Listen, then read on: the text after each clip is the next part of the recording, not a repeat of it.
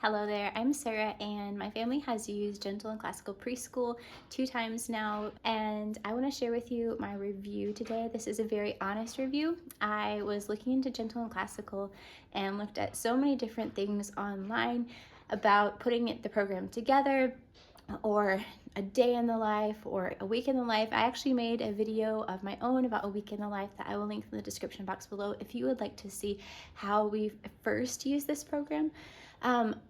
But I didn't really find a video like this one at the time that was going through all of the different elements of Gentle and Classical Preschool and explaining what was enjoyable as the teacher and for the students and what could have been better. And so this is my very honest review of Gentle and Classical Preschool. Introduction aside, if you are new to this channel, I would love for you to introduce yourself in the comments below, because I really enjoy meeting people and I love answering questions and discussing different topics. So if you want to engage in the comment section that way, that would be most welcome. I would love to do that with you. So let's dive right into the things that we liked and disliked. And I'm going to kind of go back and forth. So I don't have timestamps for this video, sorry. Hopefully it's going to go pretty fast and you can get like the cliff notes. The first thing I really liked about this program was the generosity of the maker. The creator, Erin Cox, offers the teacher's guide completely free on her website for both Gentle and Classical Preschool and Primer, and then also her science programs, her nature study guides. These are amazing gifts. They are very valuable, and I appreciate so much the generosity that Erin Cox shows in doing that. That being said, I'll have a note later about the full paid program, which I did purchase. The second thing I liked is that the alphabet is introduced very clearly. So there is a focus on the alphabet. Each week you have a different letter of the alphabet. For only that week you study that letter. And you also have a coordinating alphabet page in the corresponding morning binder for the student, which is a purchase that you have to make if you want to use that part of the program.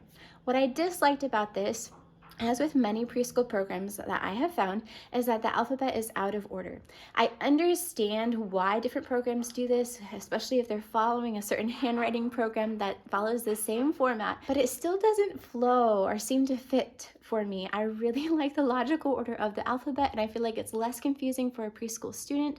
So that was one thing I disliked about this alphabet aspect. Third, I loved the musical component of Gentle and Classical Preschool, and that's what originally drew me to this program, was the music and the art, the richness of the beauty studies that are in this program. The music that is studied is Peter and the Wolf, and there's even a storyboard for students to enact the story themselves. My children loved this. The very first time that we went through this program, this was the highlight of the entire thing for them. And there's also like a video story that goes with it that we have continued to watch since starting this program.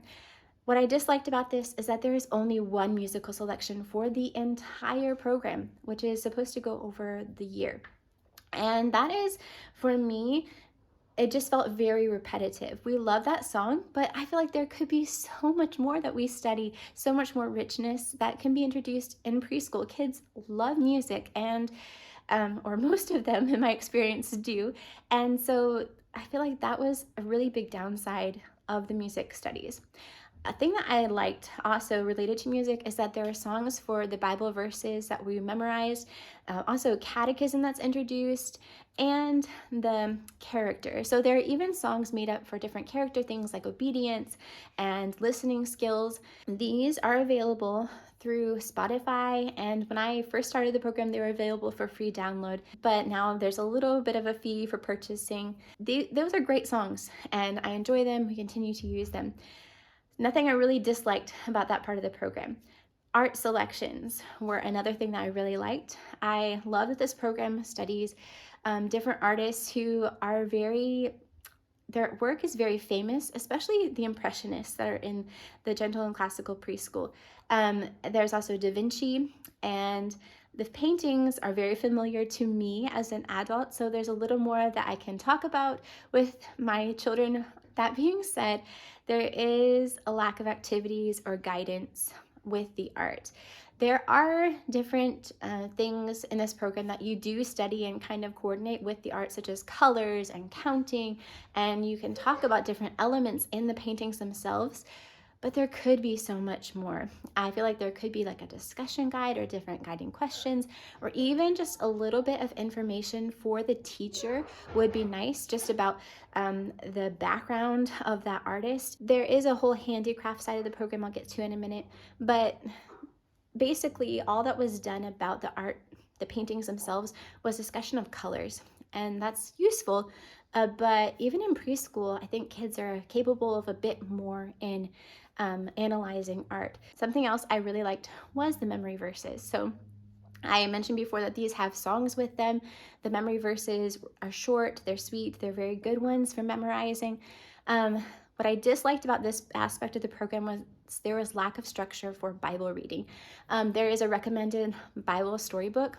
Nothing else, nothing else about the Bible story. And there could be so much more. You could have activities, you could have storyboards just about that. You could have, I understand that the author didn't want to limit this program to just one storybook Bible because families prefer different ones. But even just providing in general something that could be applied to any children's storybook Bible, story about Joseph, creation, all of these things would have been really helpful. And so I do have a video sharing my different resources that I have loved for preschool. I'll link that in the description box below. One of those is called Play Through the Bible, and that is a free program that's available on a blog from a mom. Okay, one other thing I didn't really like about the Bible and theology and catechism aspect of the program is it is from a very Reformed theology perspective. Erin Cox herself is not necessarily Reformed. The books themselves are written from a Reformed theology background. Really good stuff. It's just something to be aware of if you're coming at this program with a different theology than Reformed. Something else that I liked is that this program is very gentle, just like it says, so it's doable with multiple kids. So if you have older children, younger children, you're able to still fit this program into your life. But something that I really disliked was that this was only 26 weeks long. Usually a school year is 36 weeks long, and 26 weeks is 10 whole weeks less than the school year. And so if you live in a state where you are required to report 180 days, you have to fit something else to stretch this out, or you just jump from this program into the next thing. There is a checklist for each week, and that was really helpful and can help you keep track of bookkeeping things as you go along. But something I disliked, and this was probably the biggest thing about the entire program that I disliked, is that it felt very thin and repetitive. So let me explain.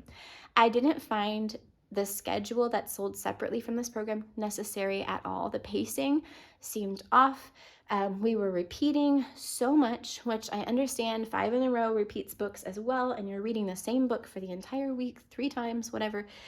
But that's not my style as a mom. I come from a very literature-rich background, and so reading books multiple times can come weeks apart. It doesn't have to be all within the same week. And so for me as a mom, reading the same book several times in the same week got very dry and boring, and I needed the variety. But also my kids, they were a bit older the second time that we went through this program with my second child, and they also would get bored with just repeating the same book. They love exploring new books, they love the same books, but they don't often ask for them a day apart.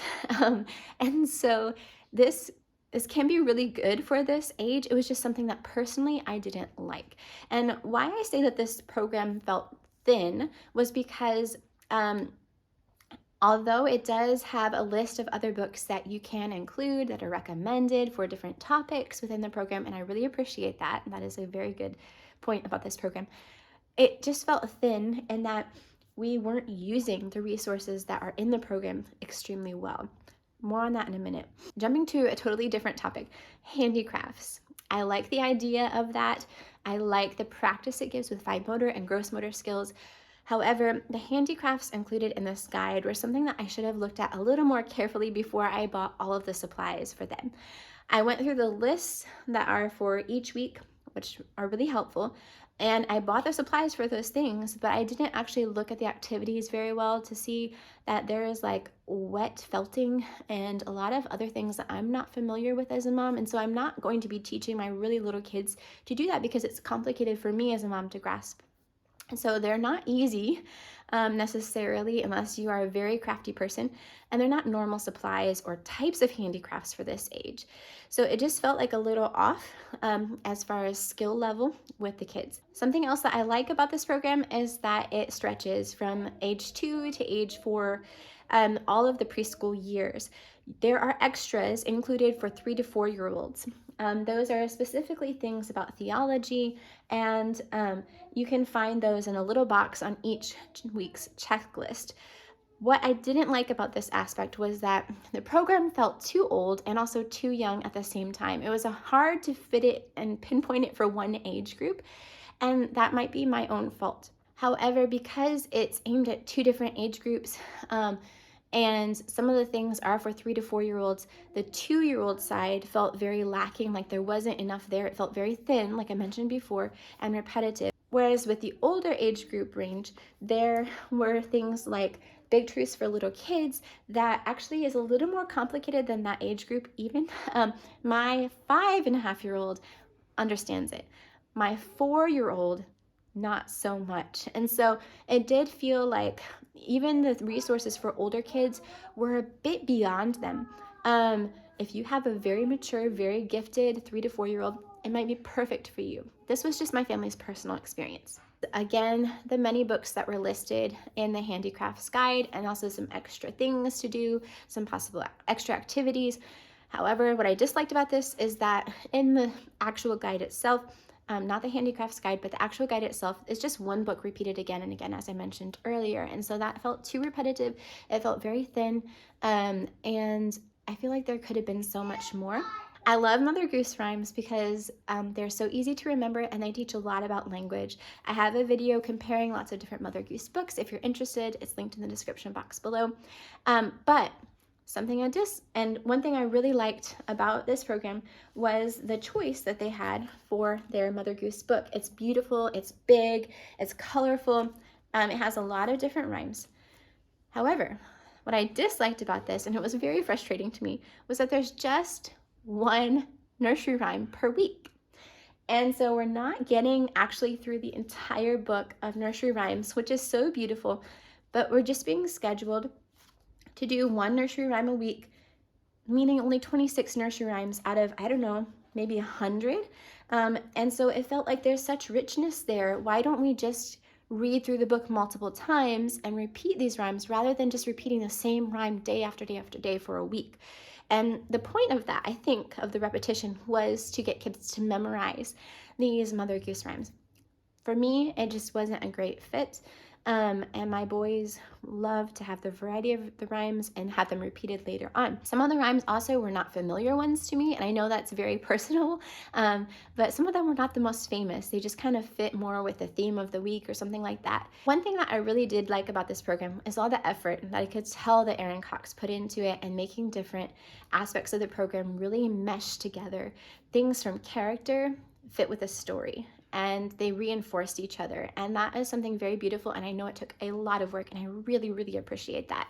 I'm very appreciative to Erin Cox and her team, and again, that they offer the teacher's guide for free to anyone who wants to peek into it. Something I really liked also about this program is the rich resources. So the poetry book was awesome. The Llama Who Had No Pajama is a classic for this age group. The Mother Goose, as I said, was a great choice. The Big Truths for Little Kids for an older age group is a great choice.